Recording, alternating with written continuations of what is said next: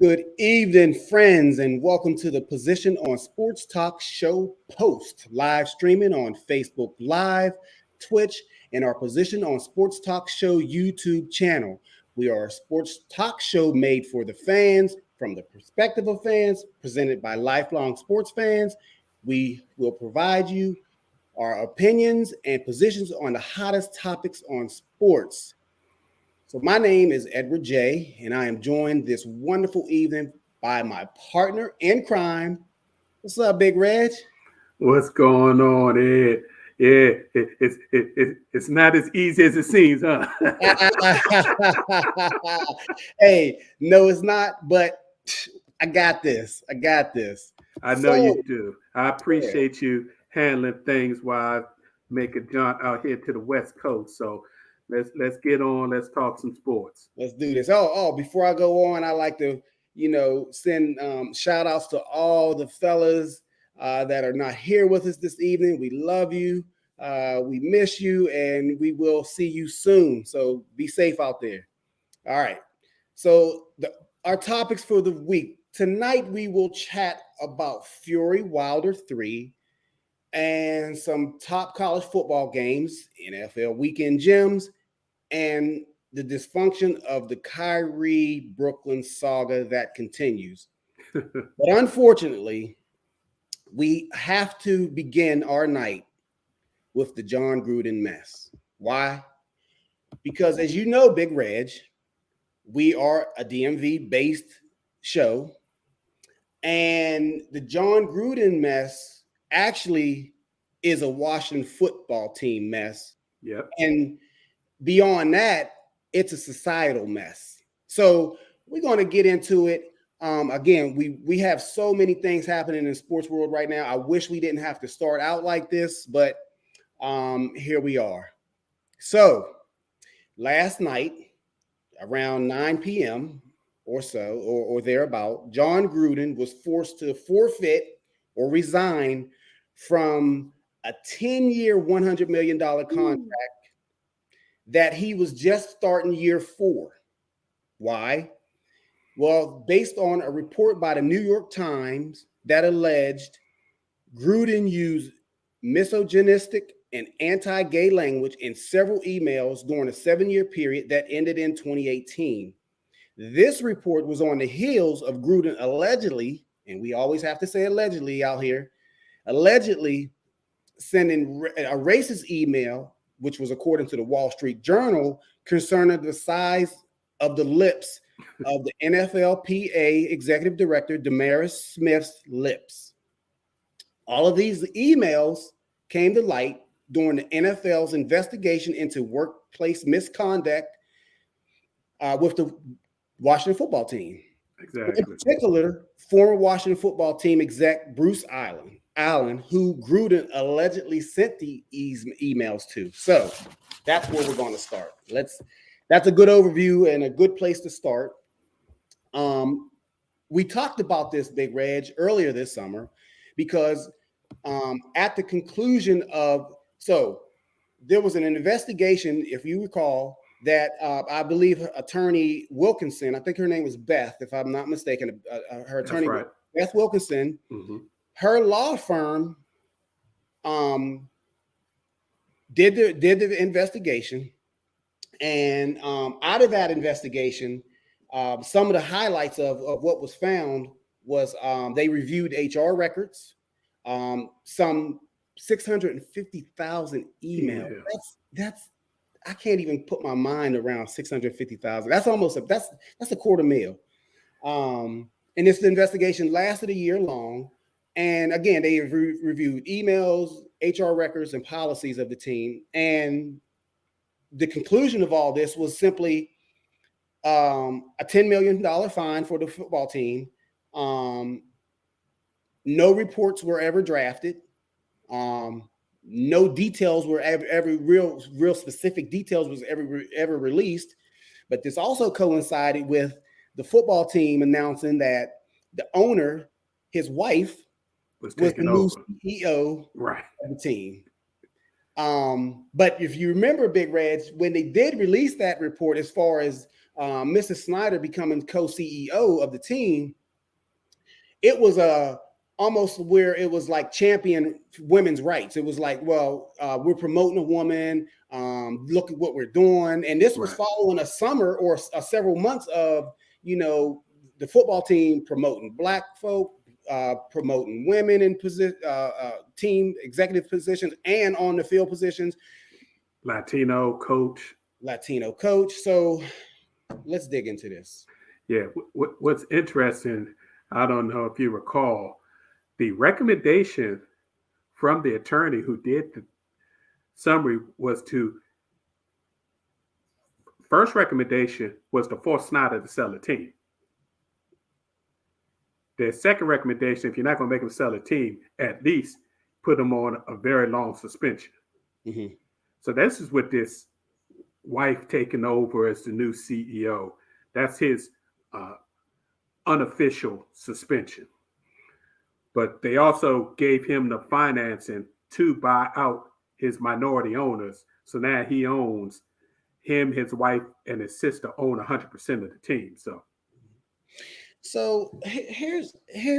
there's so many angles and issues. I literally don't know where to start because I'm walking down one road and then I come to a stop sign because the other road has just as much negative comments or stuff associated with it. So here's the issue. The issue is this is a cover up this is a classic cover up. Absolutely. Jon Gruden, I'm not even going to repeat everything he said because it's that bad. Yeah. It's that bad. It was multiple times. But it was over years. Over years.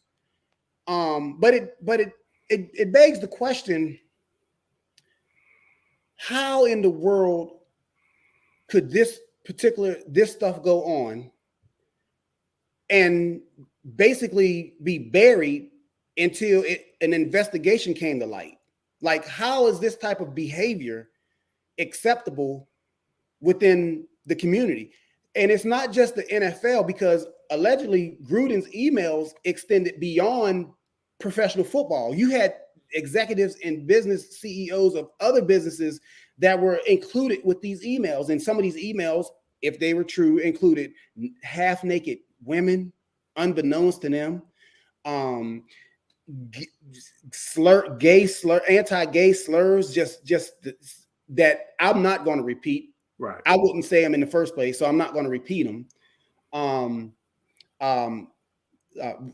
Things about women, it was just horrible, and it included, which we suspected, we didn't actually 100% know, but it was a comment. One of the emails commented on Eric Reed, who was the former safety at the time with the San Francisco 49ers, who was a teammate of Colin Kaepernick, yep, who actually kneeled. He said he should be fired. Yep. So Kaepernick getting blackballed, it was real. Absolutely. It was 100% real. Absolutely. But again, getting back to these emails and Gruden having to take the fall for this mess. And again, Dan Snyder, he's out of sight, out of mind. I don't think I haven't seen him in the public this year. Nope. I don't know where he is. But before I get into the Jon Gruden thing, real quick. So still focusing on that investigation, Big Reg, the football team actually sued Miss Wilkinson's firm in federal court to prevent the finer details of this investigation being to get out to the public. Exactly. That tells you a lot. And it went back and forth, till finally the attorney, Miss Wilkinson, said, okay, well, some of it can be suppressed, so to speak, and let's just move on. But anytime you sue to have something prevented from getting out, stuff up, it tells you all you need to know. It's the classic version of big business looking out for the betterment of the overall company and not dealing with the issues. So we'll push everything aside to protect the company, and whatever massacre, harshness comes of that, oh well, it's for the good of the company. They don't think about the individuals and the people that are being hurt in this situation. Because if you sit back and think about it, John Gruden was running the whole Las Vegas operation. Everybody reported to him. So, man, with these views, how many minorities are really going to get a fair shot at top positions in the Raiders organization? Mm-hmm. How many minorities ever got a fair shot at Tampa Bay, mm-hmm. which was a minority-driven organization with Tony Dungy prior to him getting there? So you got to think about all these people. How many players got cut and released because he just didn't like them? Mm-hmm. Because if you read it, a little bit of that article, he basically talked bad about everybody that wasn't a white male. Mm-hmm. If you weren't white male, he had a problem with you. Mm-hmm. Yes. See, and this is the problem, Big Reg, when you have the structure of the NFL as far as, and we're talking about the NFL because we're a sports show, but let it be known that this is big business in America. Absolutely. But focusing on the NFL, this is the problem with the structure when you're the boss of the face of the league, Roger Goodell, but you report your bosses are the 32 owners of the NFL. So no matter what you may want to say, maybe no matter what you may think, you're going to say what you're told to say and keep your $40 million salary. So what power does he really have to come down with policies related to minority hirings, whether or not someone is blackballed in the league? What real say does he have when at the end of the day, the ownership, the executive, the leaders of these teams, these owners of these football teams are ultimately going to decide? And I do believe that had the second part, because don't forget, these emails, these allegations came out in stages. The first stage was the DeMaurice Smith email that commented on the size of his lips. That email, I think he could have survived. And he could have survived it because he was already in spin control, talking about, that's how rubber lips, that's equated, I equate that to people who liars. So when the other reports came out concerning the anti-gay slurs and the comments about women, that's when it was too much. That ultimately sealed his coffin, so to speak. Yeah, that goes to show you how our society feels about certain things. It's okay to talk bad about blacks, because he also used in that same email, talked about how dumb DeMaurice Smith was. Yes. Ivy League educated attorney who was one of the top attorneys in Washington, D.C. before he took the NFL PA job. So, but you calling him dumb. You know the old days. You're not smart enough to do certain jobs. Right. So do you feel that John Gruden, I think I know you feel he should have been gone, but do you feel that he was the fall guy and there's more to this story than we're hearing right now? Oh yeah, there's a ton more, because you got to look at it. As you mentioned earlier, this was just not inside NFL circles. This was outside to people who they had contact with, who had connections to the NFL in some form or fashion, that they felt free and open to carry on these conversations back and forth for years. And they're going to try to have Bruce Allen be the other fall guy. He's not in the league anymore. He'd have made his millions and gone away. But already the NFL Players Association has petitioned for the NFL to release the other 650,000 emails. And then you have attorneys of the young ladies who were involved in that saying, how is it that the only person who's lost their job in this investigation as a coach of another team. So the NFL is going to have a lot of heat on them over these next few days, next couple of weeks about what's going on with the results of this investigation. Why has no one ever been able to see it? So some other sacrificial lambs will have to come for them to calm the heat down, but we will never find out all of it. Okay, and one more thing on this topic, and then we're going to go ahead and move along, because we're going to be, I'm sure we'll be talking about this again. We thought it was over in the summer, and here we are.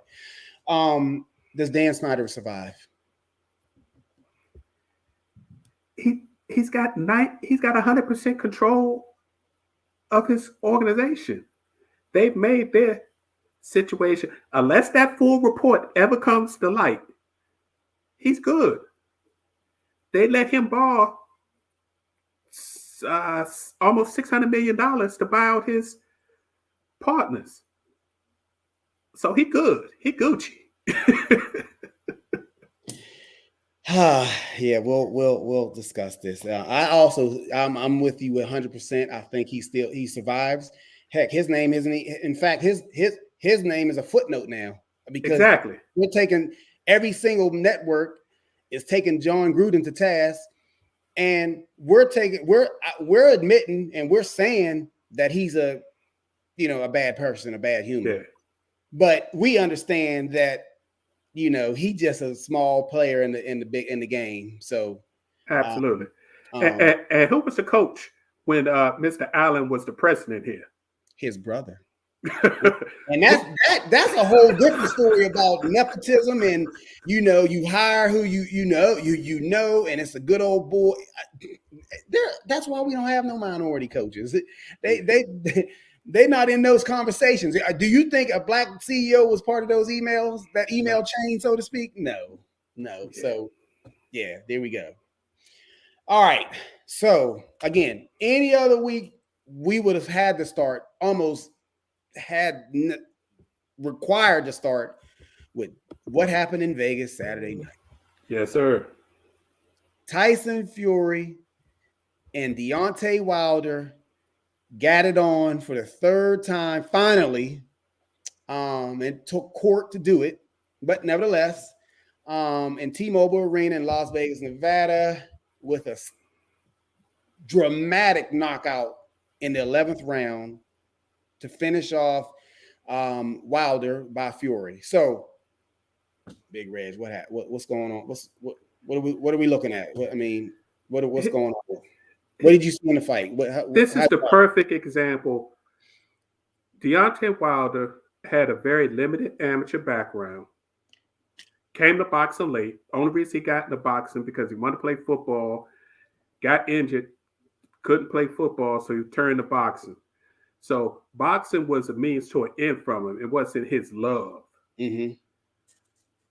But because he was so freakishly athletic, he was able to beat almost every heavyweight on the planet until he met up with this Tyson Fury.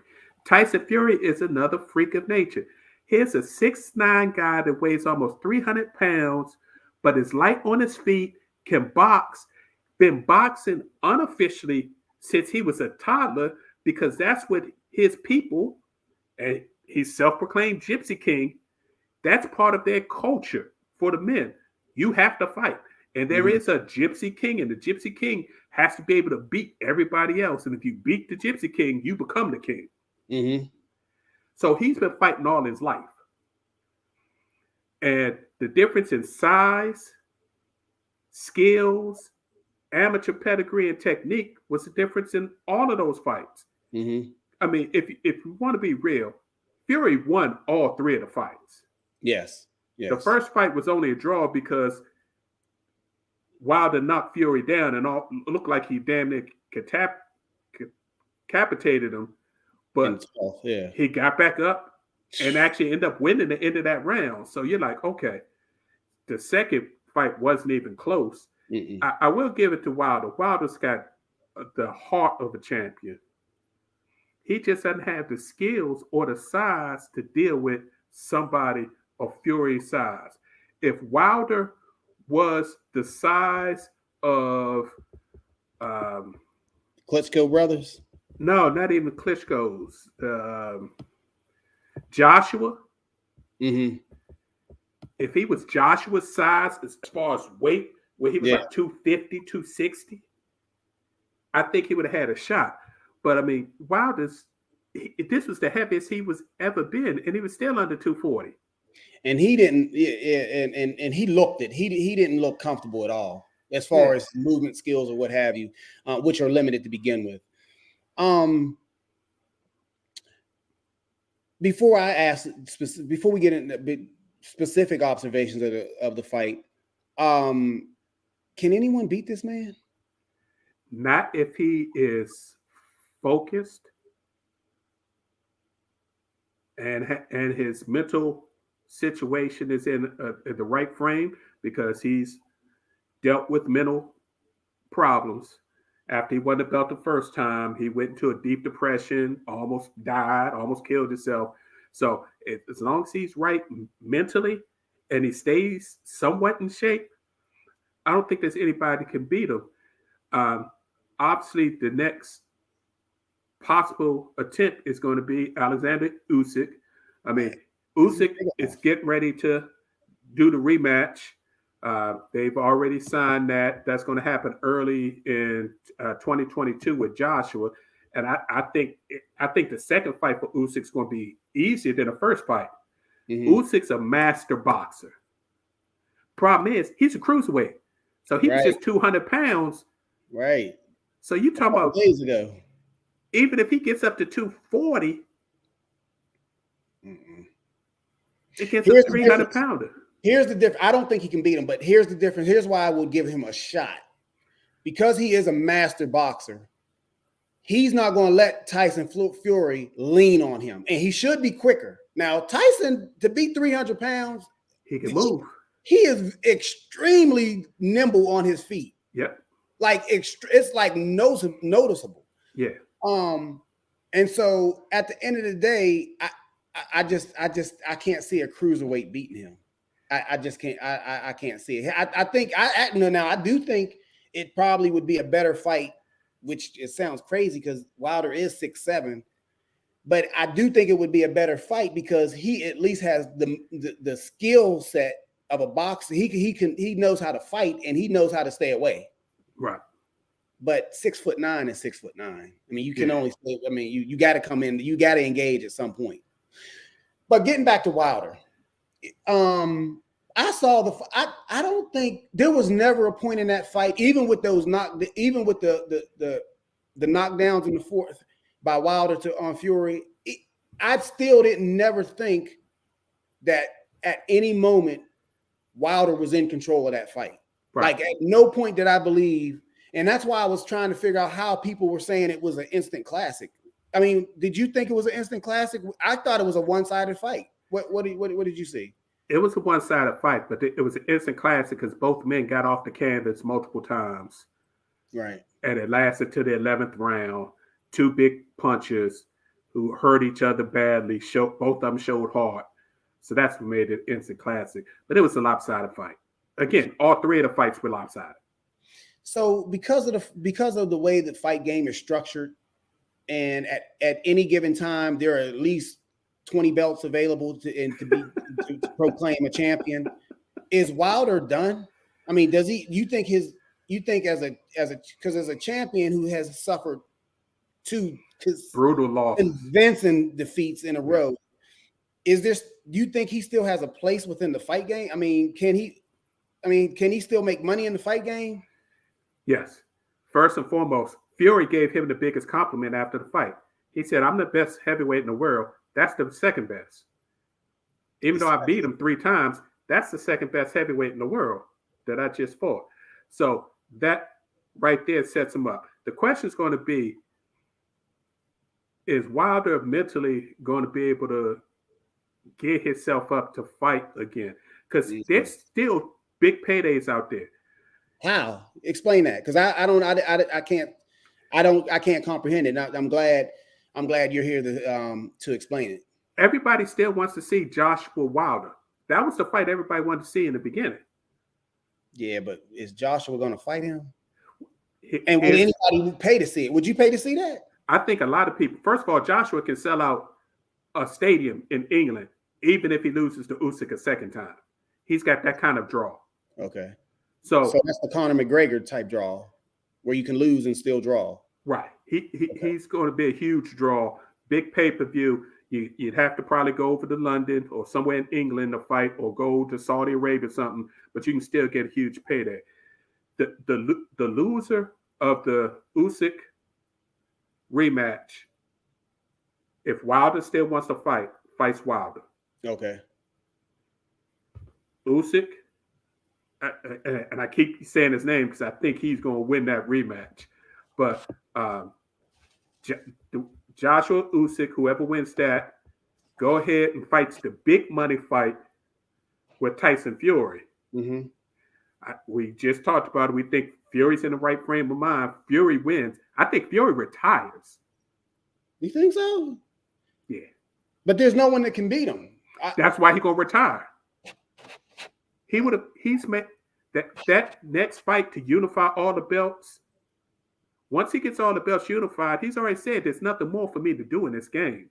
The only thing he hasn't done is become a total unified champion. So he does that. I think he walks away. He's made more money than he could ever dream about. And if he gets a unification fight, he may not get that $75 million guarantee that he was going to get fighting Joshua, but I'm sure he probably get close to $40 to $50 million up front. Yeah. Plus pay-per-view rights. So he'll make another $100, $200 million to unify the titles. I think he just goes away. Yeah. Well, so that leaves the loser of that fight to fight the winner of Wilder and whoever lost the unification fight to fight for the belts again. But that's if Wilder wants to fight. Remember, Wilder from Tuscaloosa. Right. He'd have bought a huge piece of property outside of Tuscaloosa. We personally know how cheap it is down in there. Right. And he's just made somewhere in the neighborhood of, I think he was guaranteed 10 to 15 this last fight, plus percentage of the pay-per-views. So money is not going to be an issue. It's whether or not he wants to get in there and bang again. Yeah. All right. So we look forward to that. We definitely do. Let's skirt, because we got to do it. So let's just do it. We got to do it. I mean, full disclosure. You're looking at two Tide fans. We can't even. We try to hide it, but let's get it on. Yeah. So Alabama Saturday night before 107 large. I mean 107 large. Big Reds. That stadium, look, we can't hate. We sometimes you gotta give due. Absolutely. When it's deserved. And them folks down in Aggie Land, down in College Station, Texas on Saturday night was rocking. 107,000, second largest crowd ever. Yeah. In that stadium. They spending the money to do that. Because remember, that stadium used to be a horseshoe. Yes. It wasn't they added the other side to get up to that 107,000 capacity. Yes. Yeah. I have been in that stadium prior to them going into the SEC. Quick note, I was in that stadium when Ryan Tannehill, who I bash big time, was a wide receiver. Right. So when he got drafted 2 years later and he was a quarterback, I was like, only in America. In the first round, only in America. So anyway, Alabama got bullied, outcoached, and it was no Southern hospitality shown towards them by the Aggies. And Big Reg, the coaching inadequacies that Nick Saban, can't say it any other way, that Nick Saban has allowed on his staff has finally came to bite him in the behind. Yep. What did you see in the game? How'd you see this game? First and foremost, I saw a team that is resting on the laurels of last year's team. They've been doing it all year. Mm-hmm. And I thought the Florida game was going to be the wake up. I did, but I too. think that gave them more of a sense. We can go to Florida. They're a better team. So if we can go in there and still come out with the win, we can go to Texas A&M that's already lost 2 games, and we can just show up and win. You can't just show up in the SEC unless you're playing maybe 2 or 3 teams. Everybody else, you got to show up and play, or anybody can get you.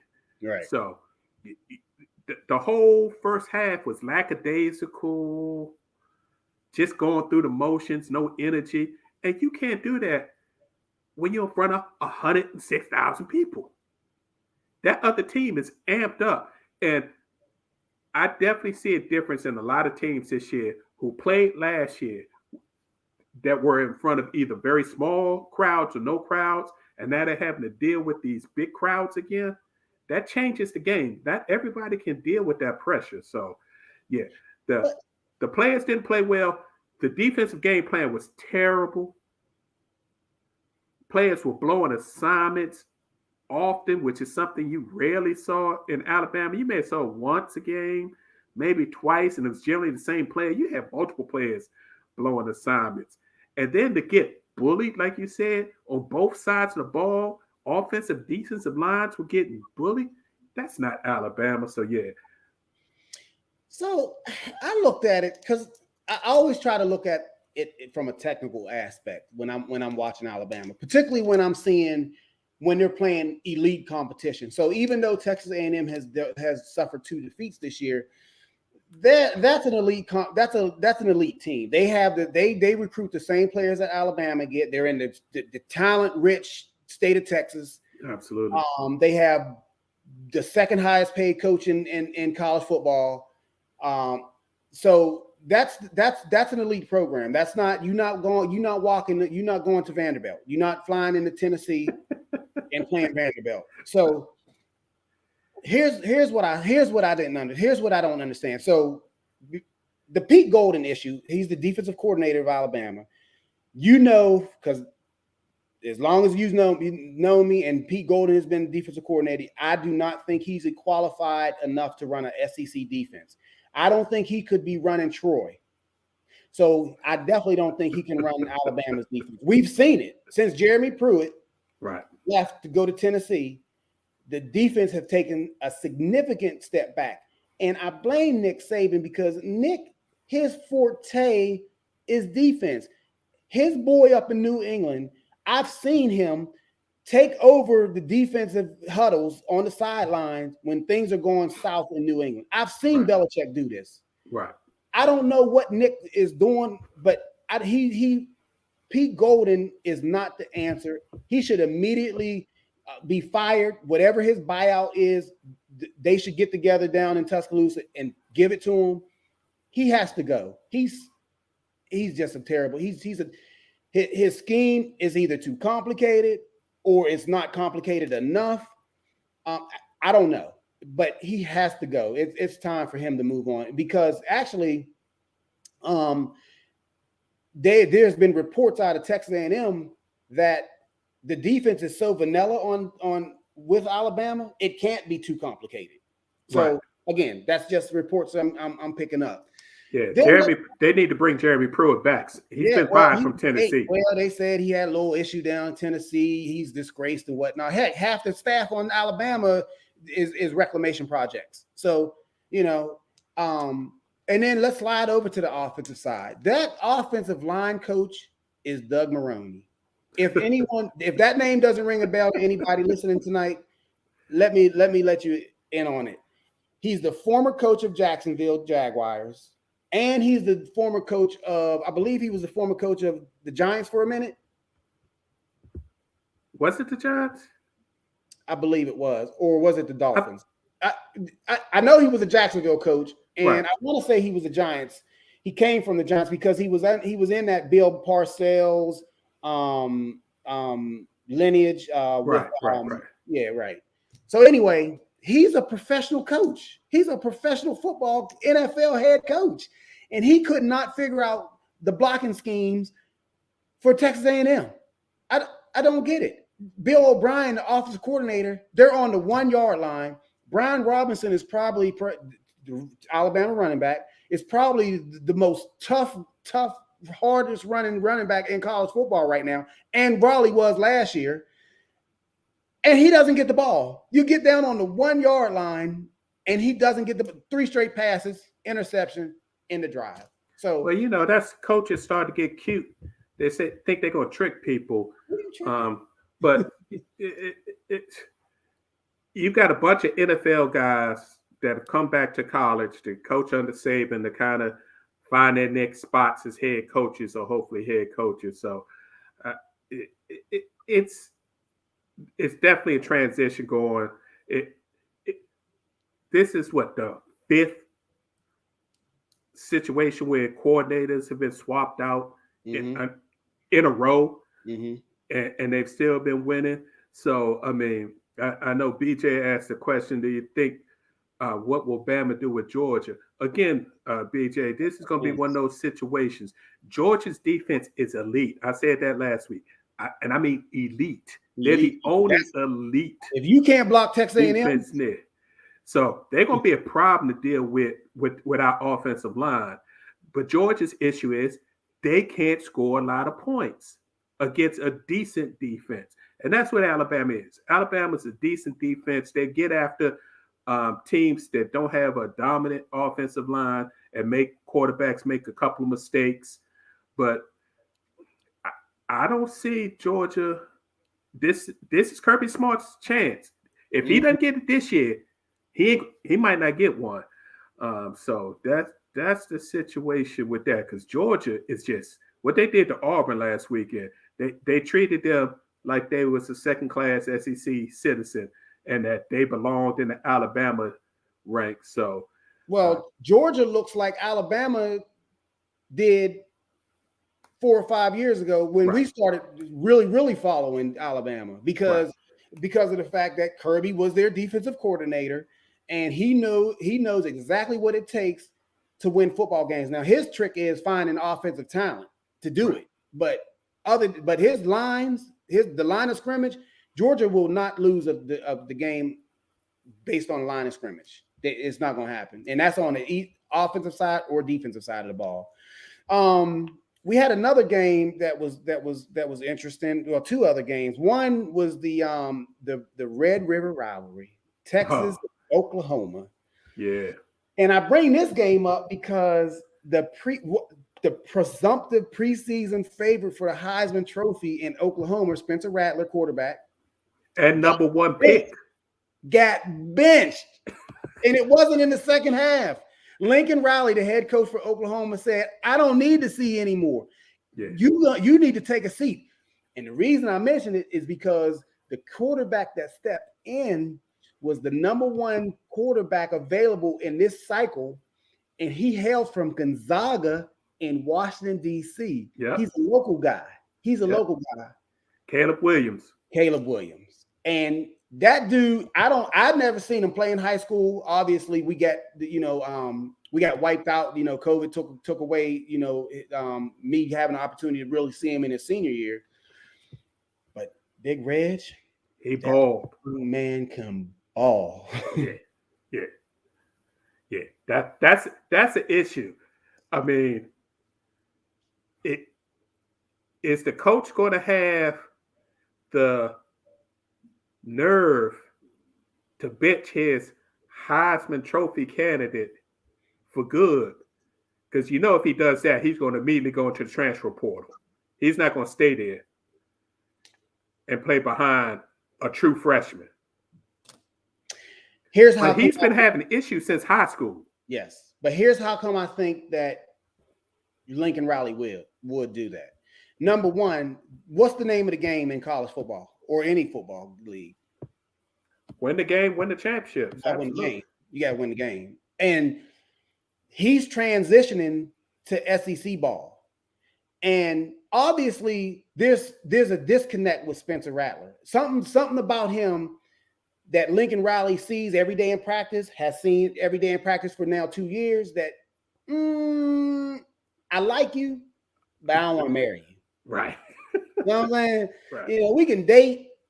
I might even get engaged, but I don't think I'm gonna step over that altar with you. But like I said, Caleb Williams, that man can ball. Hey, we gotta give a shout out to Casey Thompson too. The running back. No, the quarterback for Texas, who stayed in Texas, sat behind multiple quarterbacks until he finally got his shot. I think he's a redshirt junior now. I think because I think he is a fourth year. So he's probably a senior in class. But yeah, okay, I'd have to look that up. So his father is an ex Oklahoma Sooner great quarterback. So his dad went to Oklahoma, but he said, I'll be burnt orange as long as my son's there. And he balled out. That young man, 20 for 34, 388 yards, 5 TDs, no interceptions. He did his job. Yeah. Texas defense just couldn't stop Oklahoma in the second half and ended up losing that game. So, yeah, it's crazy.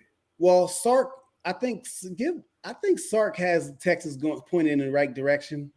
And I think he needs 2 recruiting classes at least, just in time to when both of these teams enter to the SEC play. But I think he has them where he needs to have them right now. This is the style of ball. When we watch Oklahoma and Texas, you know, we're trying to compare them to SEC teams, but because legitimately they will be SEC teams within a year or so. They just have to build up these defenses because the defenses, they won't survive in the SEC as we speak. I agree. Then we have Iowa, the big game, number 3 Iowa against Penn State. Iowa beats them 23-20. But full disclosure, the Penn State quarterback got knocked out of the game early. Right. Sean Clifford. And after that point, which was sometime in the second quarter, he got knocked out. Yeah. They had 50 yards from then on out. That's it. Penn State's offense just shut down. Yeah. And I felt bad. I felt bad because I'm such a fan of their coach, James Franklin. I really want him to succeed. But is Iowa this good, Big Reg? We won't know. I think they're a very good team. Mm-hmm. Are they college football championship team good? We're not going to know because they're in the other division in the Big Ten. I got to give to it. The Big Ten is the strongest conference this year in football from top to bottom. Mm-hmm. I mean, you've got Michigan State that's balling. You got Michigan that's balling. Undefeated. You got Ohio State that's starting to get their act together. Then you add in Iowa and then Penn State because you figure if the quarterback can get back healthy before they play Michigan and Ohio State, they could be back in it and meet up with Iowa again a second time. So you've got 5 strong teams in the Big Ten, but Iowa doesn't have to see any more of them until the Big Ten championship. Which is crazy. So I still think there's going to be 2 SEC teams. I think every team that enters in the college playoff this year will have 1 loss. That's just my prediction. I think there's going to be, for the first time ever, 4 teams will make the college football playoffs, and there will be no undefeateds going in. I can see that. I can see that because the Big Ten, their division is like the SEC West. You got almost all the power in one division. So the other division, you got 1 or 2 teams. Whoever wins that wins their division. And so it's going to be interesting to see. But Iowa's got a shot. They're going to have to only win 1 more big game, and they're going to be in the playoffs. So unbelievable. Yeah. I could have never guessed it. All right, we have to hit this NFL. Hey, before we move on, I'm going to give a shout out to man Mark. We're not ignoring you, partner. We talked about the Gruden thing right off the jump. So if you missed the beginning of the show, please check it in once we post it. But yeah, we gave him 10 minutes early. So and yeah, we appreciate the shout out for our boy. We was kind of leaving that on the DL, but it's out there. Yeah. I had it all planned out as far as the NFL was concerned. I was just going to concentrate on certain games. Wasn't going to mention Baltimore. Didn't feel the need to mention Baltimore. And we got a gem last night. The press had to be restarted. Edits had to be made. Both teams in Baltimore, Maryland last night, I think they played about as good as they can. The Colts visited their former home, Baltimore. They took on former MVP Lamar Jackson and his Ravens. And if you turn the game off in the third quarter and woke up this morning thinking that the Colts had that win, you lost your money. Yeah. You lost your money. Before we get into the nuts and bolts of the game, both quarterbacks passed for over 400 yards, which is crazy. Both teams had over 500 yards of total offense. But let's talk about the former MVP who gets no love. I don't understand it. He gets no love. They say he can't throw. I don't know. Yeah, the past two games, he's thrown for 300 plus and 400 plus. The Ravens had 523 yards total for the game. 504 of those yards, Lamar Jackson. Lamar Jackson was directly responsible for. Big Reg, the man, like I said, the only concern I have for him is that I don't want him to get hurt because he's so talented, he's so good that I want to see him succeed. Pay the man. Where his contract at? But anyway, that's a different story. 504 yards. Yeah. And 444 or so of those yards was through the air. I thought he couldn't pass. Big Reg, what happened? Yeah. But what we're seeing is a continual development of a QB who was already exceptional at what he did and what he brought to the game, which was different than any other QB. And now he's actually becoming more of the quote-unquote traditional QB, but he's still doing his thing. That's frightening. Because he still missed a couple of passes that he should have made. Right. That could have been 2 more touchdowns that would have kept it out of overtime. But you can see each year Lamar is making steps. First year, make it to the playoffs, looked horrible, lost. Second year, they make it to the playoffs. He started the game off horrible. But if you remember that playoff game in the second year, he had over 400 total yards of offense in that game too. Yes. He carried him in the second half. Third year, he wins the playoff game. This year, he goes to Kansas City. His kryptonite beats him. Oh, the Ravens can't play from behind because it's all based on their running game. Well, guess what? All their top 3 runners got injured before the season started. So their running game is non-existent. So he's said, okay, I'm just going to beat people with my legs and my arm. Mm-hmm. So Lamar is doing everything people said he couldn't. He's coming from behind. They've won 3 games that they trailed in the fourth quarter this year. Mm-hmm. He's putting up big numbers. And think about it.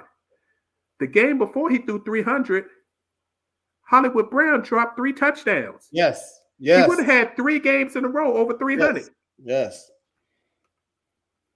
Well, pay the man, get that man $45 million a year, because what he brings to Baltimore is as important as any other quarterback in the league. But if you're scared to give him a 6-7 year deal, give him $45 million, give him a 4-year contract, and fully guarantee it, and call it a day. And the crazy thing about Lamar is that if you look at it, if you're a Ravens fan and you being objective, that's not the Ray Lewis defense that the Ravens tried out there. If you take number 8 off that team, they're just I don't even know if they're as good as Jacksonville. Well, they might be a little better than Jacksonville. Yeah, you go a little too far there. But they're not going to be much better because that defense, Carson Wentz is not John Elway. Right. And he made him literally look like he was the second coming. But that Indianapolis Colts offensive line finally showed up. Yeah, but they're hurt, Big Reg. They don't even have their best player playing right now. So I understand, but throughout the game. But the replacement, that rookie that they got that's replacing him, Mhm. is balling. Yeah. Because they were running the ball right up the middle of Baltimore's defense. So you're right. Baltimore's got problems in the secondary because they got injured players in the secondary And their linebackers need to and be the grow linebackers. up a little bit. Yeah. So it's some issues, but hey, the big fella showed up on that field goal attempt, Calais Campbell, and Yes. blocked that field goal. Because without that, we don't get in overtime. And man, these kickers having issues, bro. Yeah. They I mean, can't make an extra point. They can't make an extra point. They get the yips when it comes to kicking game-winning field goals. I mean, it was hilarious how many kickers were having problems this weekend. So yeah, but the Ravens don't quit. There's no quit in them, and you can see they're being led by Lamar.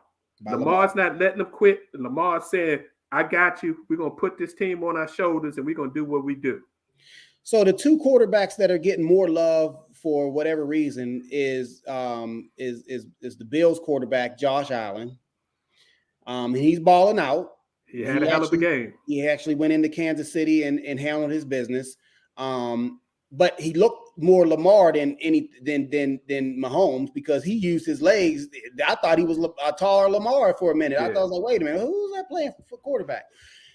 And then you have the young kid out in I'm sorry, not San Diego, in LA. Yeah. Justin Herbert is ridiculous. The Chargers defeated Cleveland in a classic. Yeah. I mean, it was like whoever had the ball last would win. But the Chargers came back. They were down. Cleveland had them. Cleveland has probably the best running back tandem in the league. And they could not keep that ball long enough away from that kid out of Oregon. And hey, I'm sold. That I don't need to see anymore. I mean, now again, they structured it. They did it the right way. They already had number one receivers, two of them already in place. They have an elite running back. They immediately rebuilt that offensive line for them. So hey, hats off to San Diego. I'm sorry, to the Chargers. LA Chargers, yeah. LA Chargers. And they got a good young coach that all he talks about every post game is how exceptional his quarterback is. And when you got somebody like that, you got to put the ball in his hands. Yes. He's building his confidence up so high. And everybody says, oh, he's the guy, period. Yes. He can get $45 million too. Earlier than later. He's not going to have to wait for his. Yeah, he's not going to have to wait. But unfortunately, man, we ain't gonna be able to see no home cooking in Seattle for a while, man. I don't know how Seattle survives without Dangerous. They don't.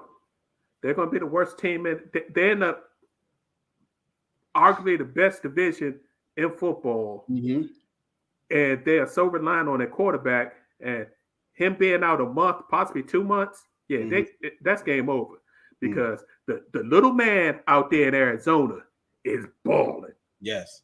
So I don't understand. They're talking about everybody for this MVP, including Herbert, including Josh Allen, and Lamar is not getting any love, and neither is the kid Murray out there. I mean, it seems like he has one okay game, and all of a sudden he's off the radar. Is it that easy just to dismiss these African American quarterbacks? I mean, because what is it? They're not doing it the traditional way. Yeah. You know how it is. They like their quarterbacks to stand in the pocket like Herbert, look all pretty, just throw the ball around. And even with the Bills quarterback, I mean, he's throwing for 300 yards a game and doing this. So it does. They want it a certain way. So, and if it doesn't fit that certain way, they got a problem with it. But Kyler keep winning and win the NFC West. It don't matter what anybody say. He's gonna end up winning that MVP. That's true. All right. We started the show with mess. We're gonna have to move on to this little mess. What's going on in Brooklyn?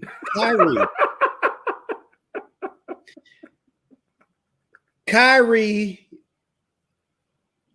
your home stadium or arena is the Barclays Center in Brooklyn, New York. Obviously, we know that New York has a mandate that requires vaccination for people entering these large venues.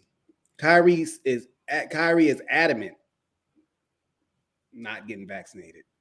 So yesterday, up until yesterday, it was, well, he'll just play away games.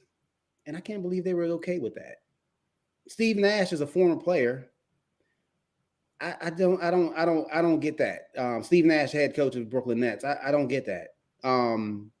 KD, I don't understand why he would go along with that. Yeah, he ball for life. He ball for free. Yeah, and he a multi-millionaire. I don't understand that part either. Yeah. So, as you mentioned earlier, before we got on, what's the development? You say there's developments on the Nets position as far as Kyrie is concerned? Yes, the general manager of the Nets came out and basically laid it out. Kyrie will not play for the Nets until he's able to play in his home arena. And that's how they worded it. So in other words, until you get vaccinated or something changes where you can play at home, we're not going to have a part-time player. Not only can he not play, because somebody behind the scenes did some juggling in New York, because you know that the Nets facility was reclassified as a private business facility and not a quote-unquote gym, because they had office space above it so he can practice. They said he's not going to be able to practice or play until he can play in the home arena. So what does that do for the Nets? Can they challenge? Can they even challenge Milwaukee? Because now, but they still have 2 top 10, 2 top 7 players in the league with James Harden and obviously KD probably number one right now, or the worst number 2 right now. How do they go about this? I mean, I don't want to, talk too much about it, but how do they survive this? I mean, it's going to be the KD Harden show, and they're going to let the others, because they had a lot of veterans that signed for minimum deals, good players that came back. So they still got a squad. Yes. And if Kyrie decides that he wants to play, then he'll show up. Remember, Ben Simmons just a month ago said he was never going to play for the 76ers again. He showed up last night at the facility and took his COVID test. So, but yeah, it's looking good for Milwaukee.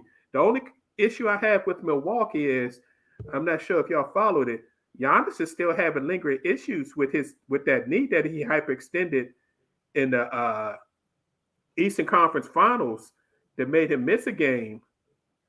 I mean, he played through it, but he's still having issues. And if he's got issues now after 2 months off, if that's a lingering situation, I hope nothing bad happens, but that's a concern.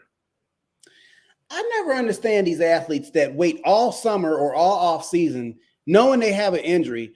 Why don't they just go ahead and get it attended to right away so that they can be good to go come the regular season? I never understood that. And they do it in every sport. You know, you have football players. Oh, I'm just going to hold off. Come August training camp, now they go get the surgery. I never understood why these athletes do it. But again, they make business decisions. I'm sure it's related to their money. It always is. So yeah, and some of them want to rehab on the team's time instead of their own time. They don't want to mess up their off seasons. Yeah. One last thing, I actually thought this was going to be a blessing in disguise for the Nets, for Kyrie not to play home games, because he's always been injury prone. He's always dealing with stuff that doesn't have anything to do with basketball. So I thought, well, maybe having only having to play 41 games, maybe that'll give him the rest he needs to make a playoff push. But now, who knows? All right. Time for our final post. What you got, brother? I got 2 things. A, shout out to the WNBA. WNBA's in their finals. You got the Chicago Sky, came in number 6 seed, knocked off the number 1 seed Connecticut Sun.